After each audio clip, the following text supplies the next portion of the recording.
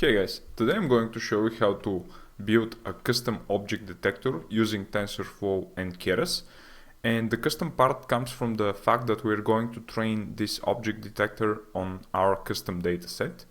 And more specifically, we're going to detect vehicle plate numbers from raw images as shown in here. And as you can see, object detection involves picking a bounding box around the object of interest in some image. So in our case, we are going to have a look at the vehicle plate that is displayed in here. Another example of that would be this one. So as you can see here, we have another bounding box around this thing. And object detection is really used almost everywhere.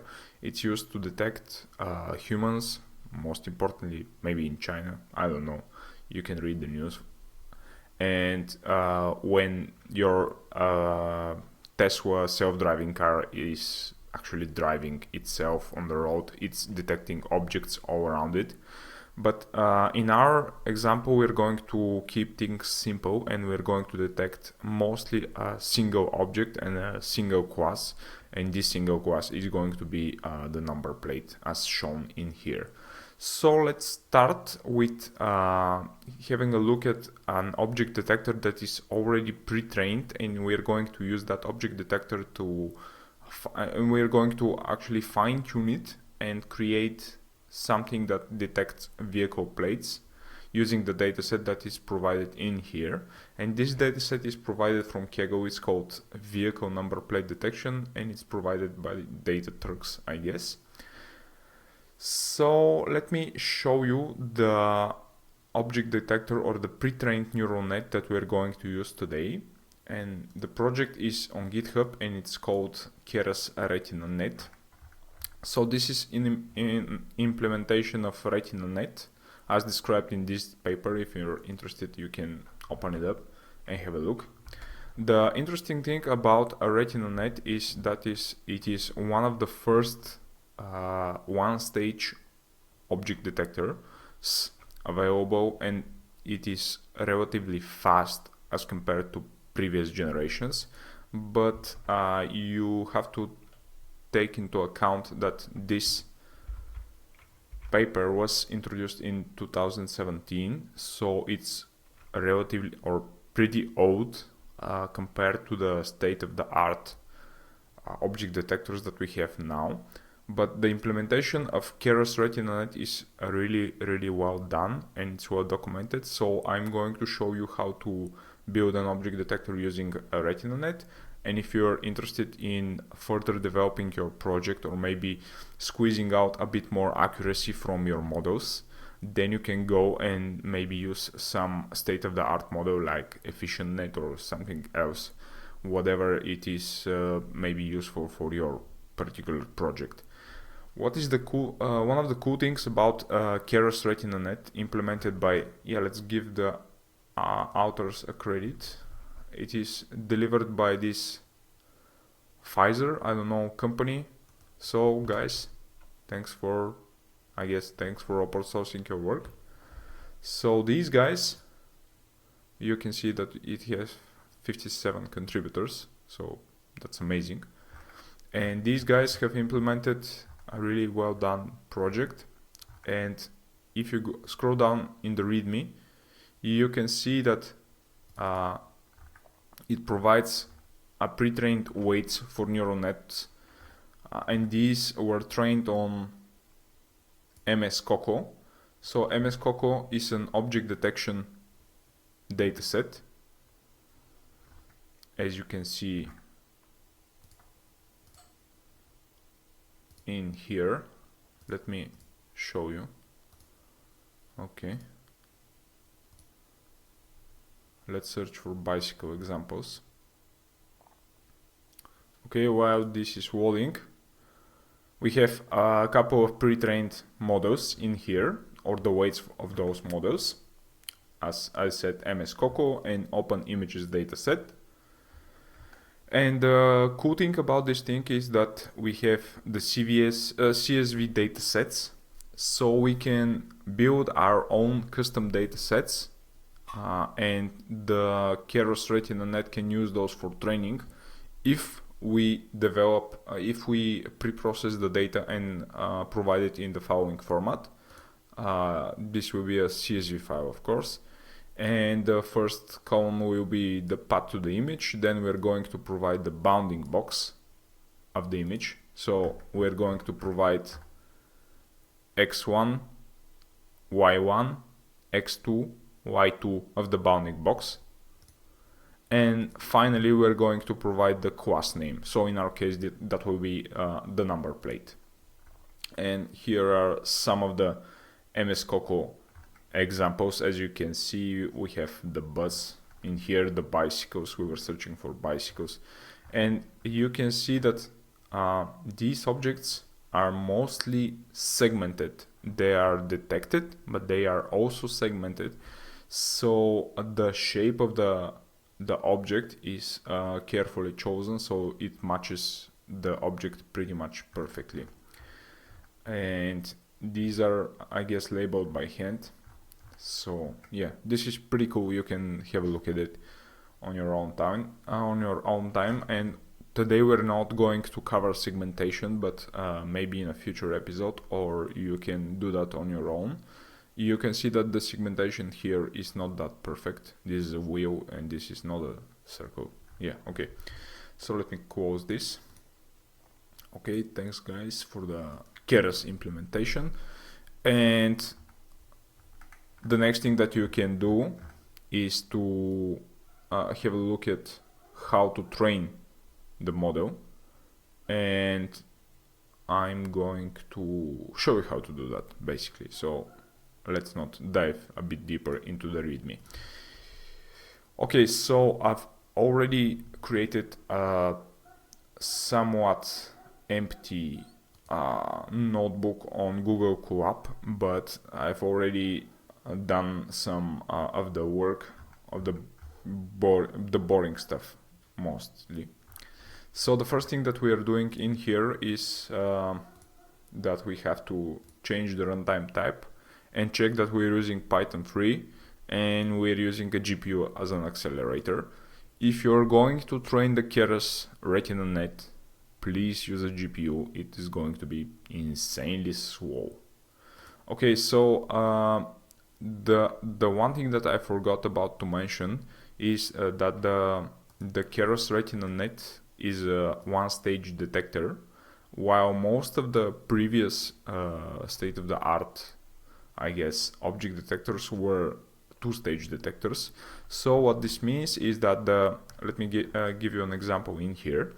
If you have two-stage detector, something like faster RCNN, the first thing that the model does is to create proposals for the bounding boxes. So you can draw a proposal in here, you can draw a proposal in here, proposal in here, and multiple bounding boxes.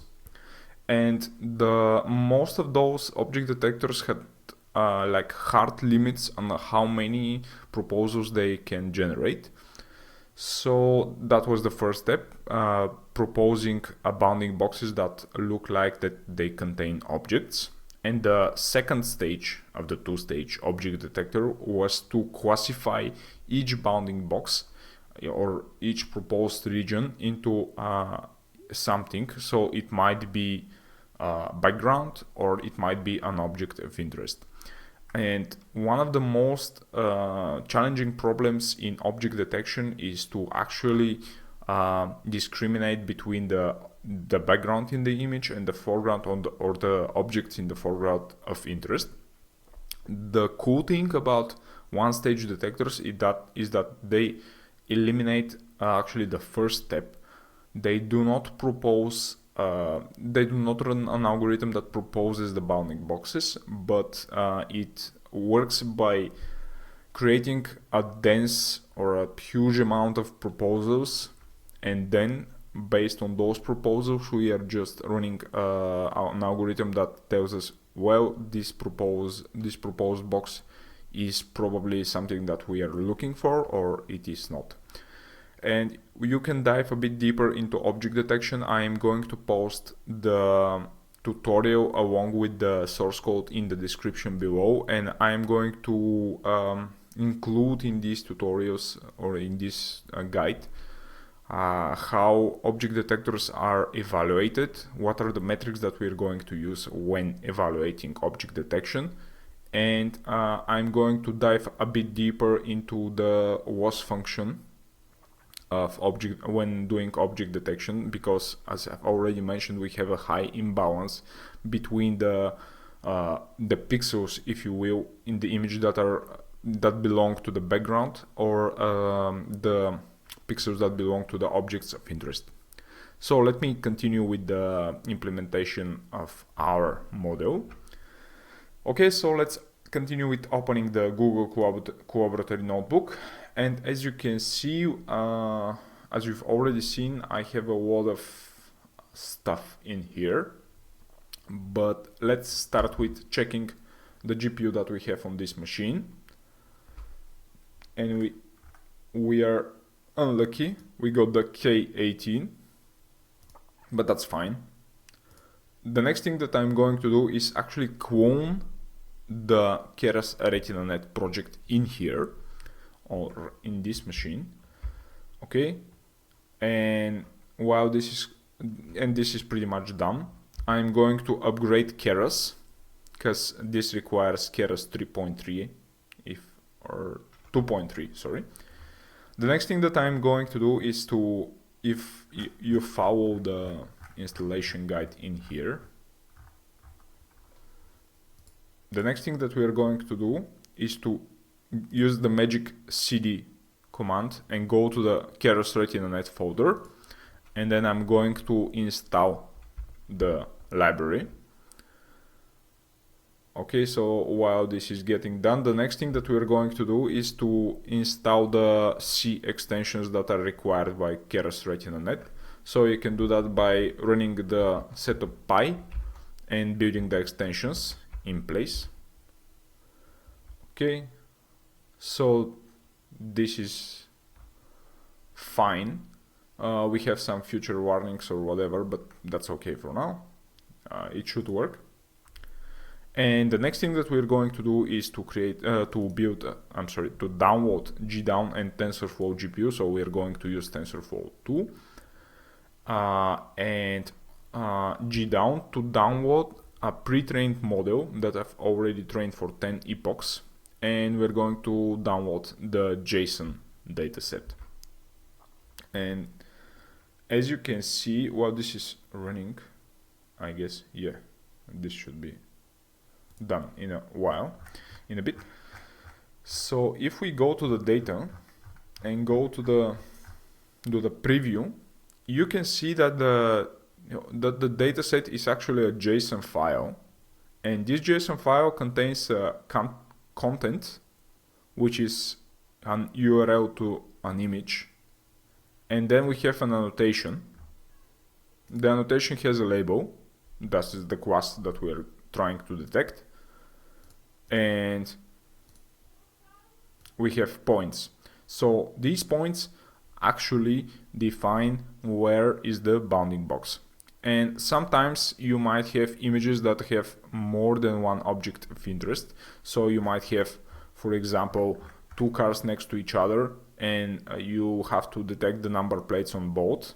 Or you might have more than one object when you're training your models. So for example, you might want to detect both cats and dogs in images, and then you have to create a multiple classes. But our case is really simple, so we are detecting just the number plate.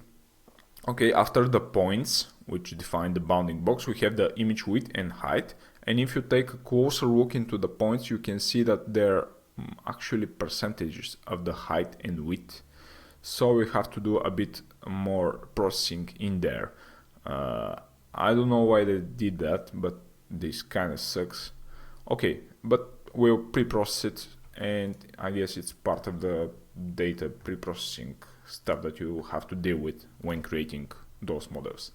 Okay, so I have a bunch of imports after that, and we are going to use mostly all of it. Alright, so the next thing that we are doing is downloading the JSON, and the JSON we're storing it into Indian number plates JSON file.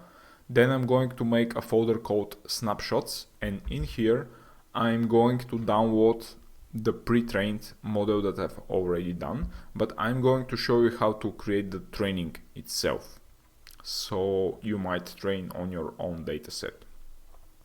Okay, so we're pretty much ready to work on this project. We have everything in place. So let me open my cheat sheet.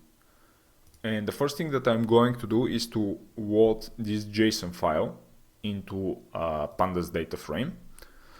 So let me call this plates df for data frame.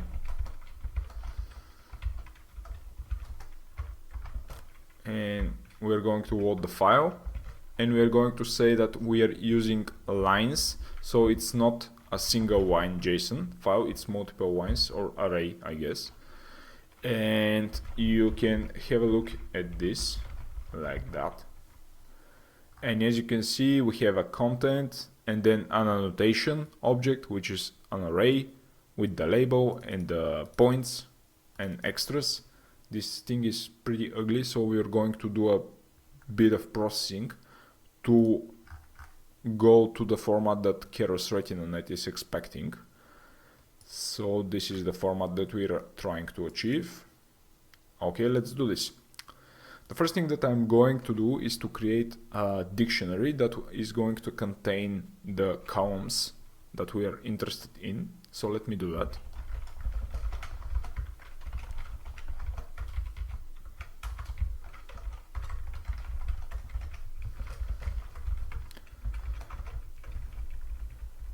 We have xmin, ymin,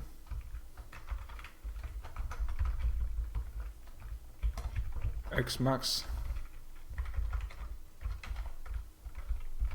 and ymax. And the last thing that we have is the class name. Okay, so this dictionary is going to contain the data that we are interested in, and it's in the format that we are going to pass into Keras Setup. So let me start with taking this thing and iterating over the rows of our data frame. But before that, I'm going to use a counter in here, and you're going to see why in a bit. So let's iterate over the data frame. We're going to use either rows from pandas, and the first thing that I'm going to do is to actually download the image, and for that I'm going to use URL lib request URL open, and I'm going to take the content from here. So as you can see, the images are stored in S3, and we're going to download this. Then I'm going to open the image using PIL, and I'm going to convert it to RGB format. And the next thing that we are doing is to save the image.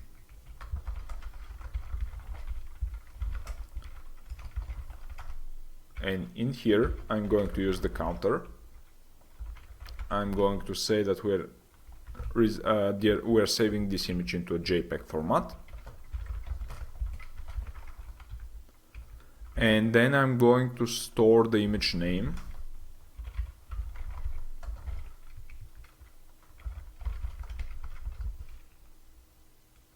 It's pretty much the same thing. So we have a path to the image, to the local file, and then I'm going to take the annotation from this column.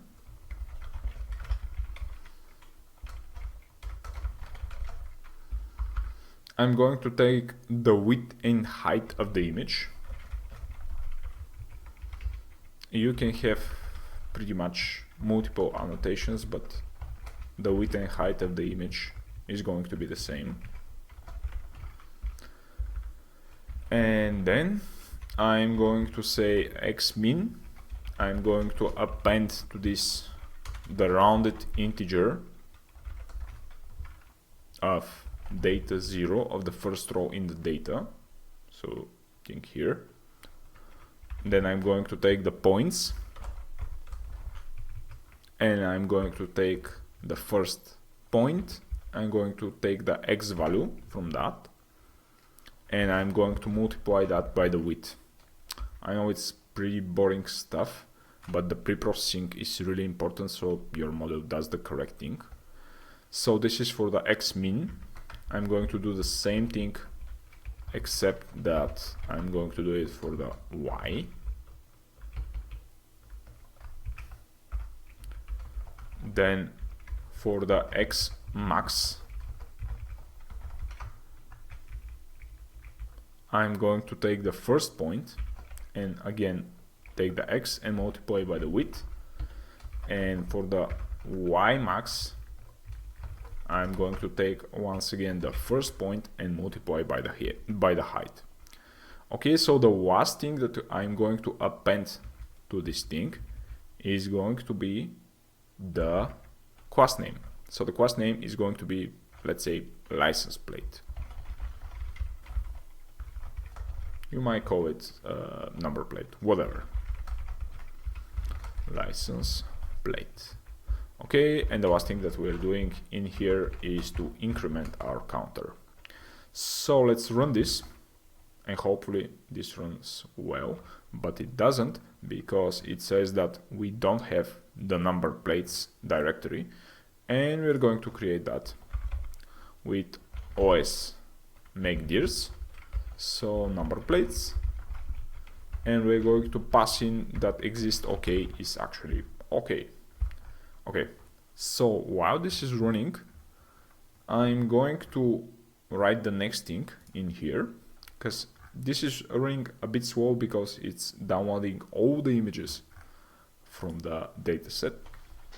So the next thing that I'm doing is to use this dataset and convert it into a pandas data frame.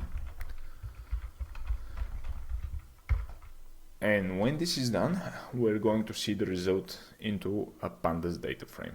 Okay, so the next thing that I'm going to show you is how to get a look at some of the images from our dataset. And for that purpose, I'm going to... Okay, so we're done. And for that purpose, I'm going to copy and paste a function called showImageObjects. And I'm going to show you what I'm doing in here. So we are passing in an image row. So let's say this row from the data frame. We're taking the image name and we are creating a bounding box from these values or these coordinates. We're reading the image using Keras Net utility functions. We are using OpenCV to convert the image to RGB format. So Matplotlib understands what we're doing. We're drawing the box in here. We are saying the color that we're going to draw this in. Can you guess the color? And finally, I'm going to say, I'm going to do the actually show the image in here. And we're removing the axis from the image. Okay, so let me just show you how to call this function. Let me execute the cell. Show image objects, and in here I'm going to take the first example, let's say using iWalk, and as you can see, this is the vehicle and this is the number plate and this is the annotation or the bounding box. So our dataset seems to be pre-processed quite fine, I guess. Okay, another example. Let's take another one. Okay, so this is pretty cool. Okay, we have all of this. So the next thing that we're going to do is to split the dataset into a training and testing datasets. So to do that, I'm going to split the data frame that we've just created, and let's do this. I like to keep things tidy when running notebooks because they get messy pretty quickly, I guess. So let's use train test split from scikit-learn to split the data frame.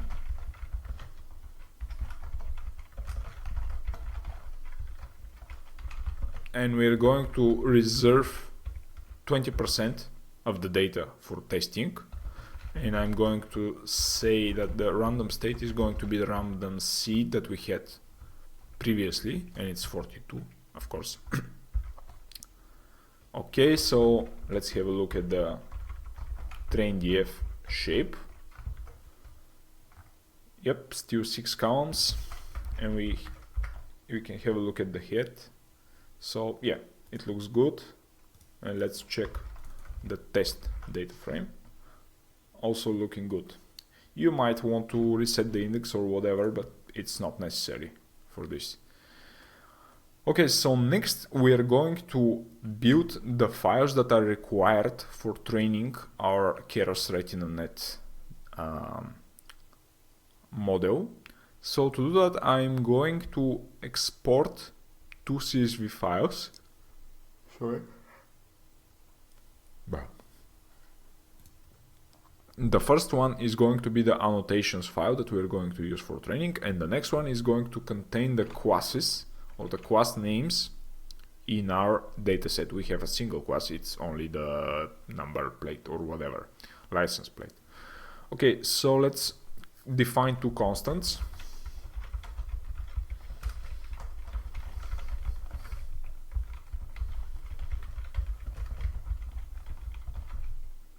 These are the files that we're going to write into, and I'm going to use pandas to write to the annotations file. I'm going to write in only the training file, of course. And I don't want to save the index, and I don't want to save the header. This is really important because Keras RetinaNet does not handle the header. So make sure to remove that. And then I'm going to specify the classes that we have, and it's called license plate. And in here I'm going to use a regular old file writer. I'm going to open that for writing, and for every line in the sorted classes, so this is pretty generic, we have only one line, but that's fine. We're going to write this format. So two things and a new line. Line Y. Okay. Okay. So this should be just fine. If we take a look at the classes file, yep, we have the license plate 0, so this is the only class. If we have a look at the annotations CSV file, you can see that we have exactly the training data frame format without the header and the index, so this is pretty much perfect. So the next thing that you might want to do is to train the model using the dataset. And once again, I've already downloaded a pre-trained model that I've trained for 10 epochs on this exact dataset, so we're not going to wait for the training, but I'm going to show you how to train your model on your own dataset. And to do that, I'm going to copy and paste the code for that.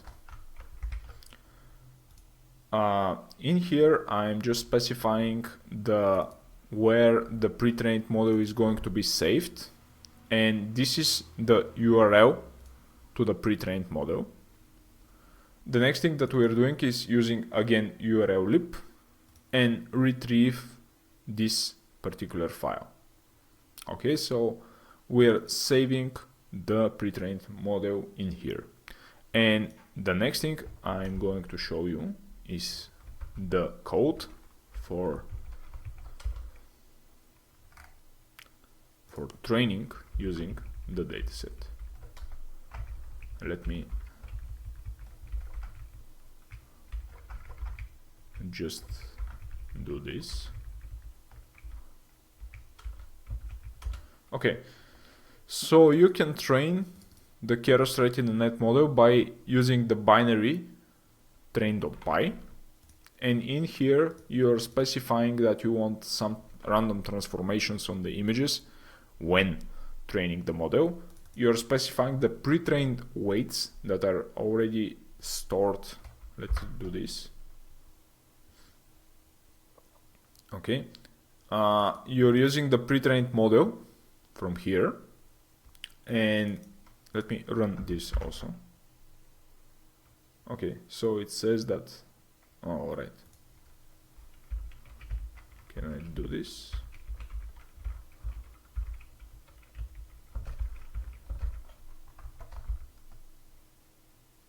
Okay, that seems to be working.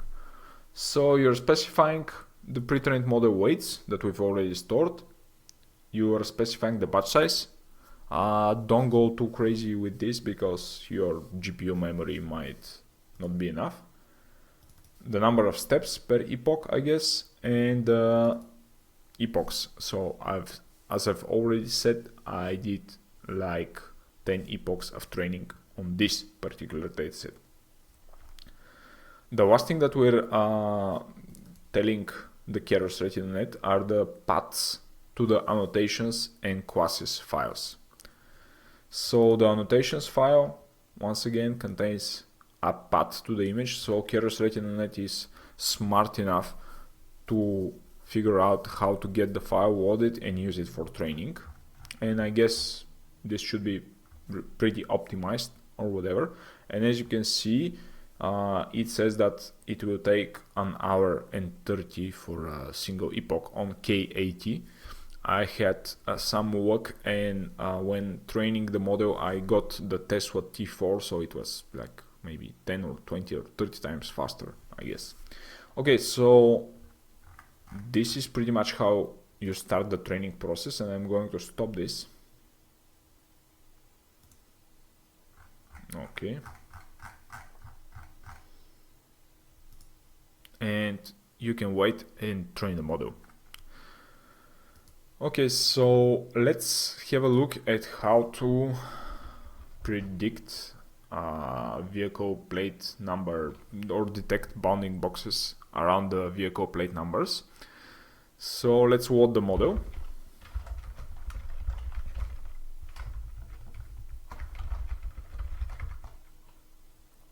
I'm going to take a look at the snapshots folder. And this is the pre-trained model that is provided by the, I know it's a bit strange. This is the pre-trained model that is provided by the Keras Readme authors. And this is my model, so it's ResNet 50. It's CSV and it's the Epoch 10 model or checkpoint for that model.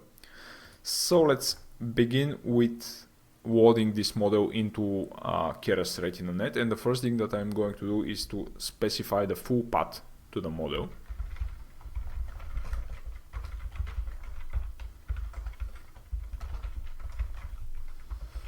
And I'm always going to take the last checkpoint, at least for now.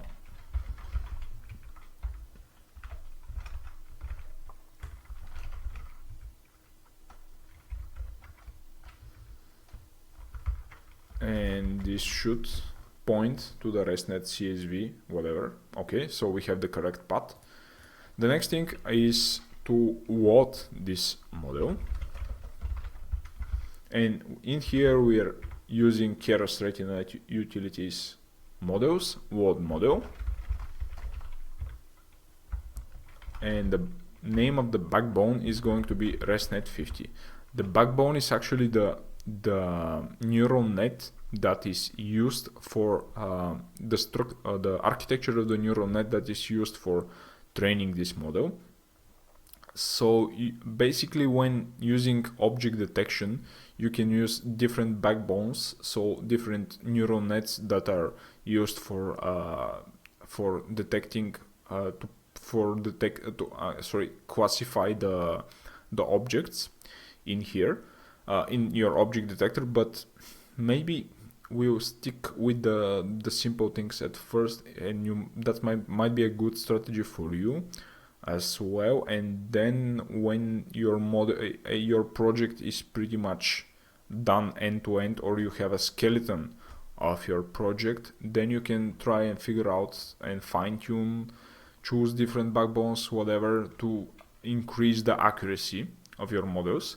So we'll keep things simple in here and load this thing.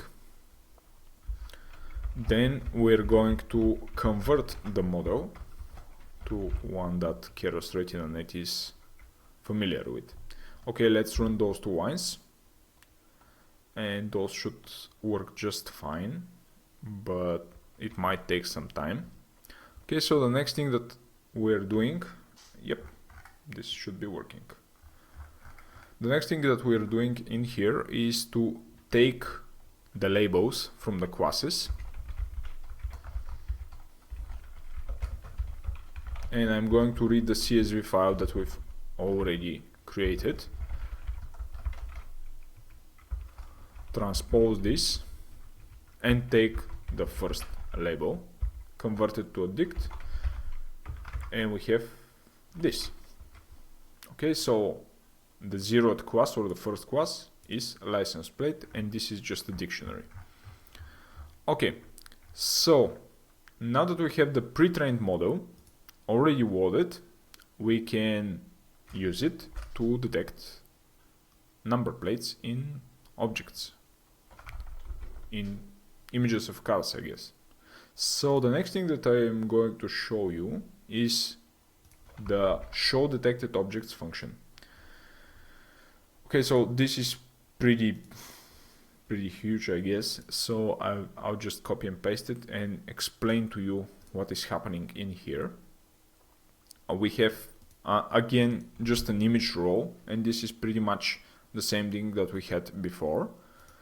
In here we are reading the image, converting it using OpenCV, and the next thing that we're doing is to pre-process and resize the image, and both of these are tools provided by Keras RetinaNet, because the Keras RetinaNet is using some preset image size that is required when providing images as input. So you can't just go and provide arbitrary size images. I guess you have to do a bit of pre-processing using those two functions, or you might be able to provide any size. I'm not sure, but let's continue with the example. And Keras RetinaNet is expecting multiple images, but we are just providing one. So we're going to expand the dimensions of the image and say that this is, I guess, 4D tensor instead of 3D. So we are calling predict on batch, and this is the batch of the images, again a single image. The result is the boxes that are predicted or found, the scores, and the labels. So the scores are the degree of confidence or confidence score of our model, and it says, well, I'm this certain that this box is right there and it's correct. And the labels, we have just a single label, what was called license plate. But in cases where you have multiple labels or multi-object detection, whatever, you might have multiple labels in here. Okay, so we are scaling the boxes because when we resize the image, we got this scale factor that we can use to basically rescale the image back in its original format, and we're going to rescale the boxes that are predicted from our model. Then we are drawing the true box. So this is the the annotation that was given by the people that annotated this dataset. And then for each predicted box, score, and label, if the threshold score is below 0.6, we are doing nothing. Let me just decrease this for fun. Then we are taking the label color using another Keras RetinaNet utility function, drawing the predicted box in here, and drawing a caption around the box. And the rest is pretty much the same. So let me run this. And we are going to call this function with, let's say, we can use the testdf in here. Okay, so we have that. And we can take an image, let's say the first one in here. Okay, so this should take a bit of time, at least the first time.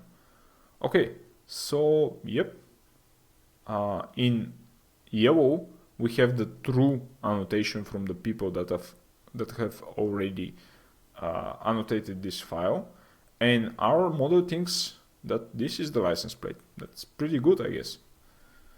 Okay, so let's have a look at another example. Okay, and in here we have another good result, I guess. And another one. Okay, that looks great actually. We have only, let me check. Okay, so this one is good too. Well, we trained this with only, let me have a look. Wow, less than 200 examples, and this looks that it does something, at least on some of the examples. Of course, we haven't evaluated more thoroughly the model, but as you can see, well, it does pretty well, I guess, at least on the examples in the test data that we've already passed in. Okay, so you can train this and, well, maybe have a look at how does it do on your own data set, and you can tell me in the comments below if you want to see more, like maybe object segmentation or image classification or another I guess computer vision tutorial. And again, I'm going to give you the complete source code and the complete tutorial or guide in my blog, so you can have a look at more detailed explanation of how you can evaluate the object detection models that you have, and you're going to maybe get a bit of better feel of how Keras RetinaNet and other 1 or 2 stage object detectors work. So if you like this, please subscribe, hit the bell button, like this, comment, and let me know what you think. Okay, bye guys.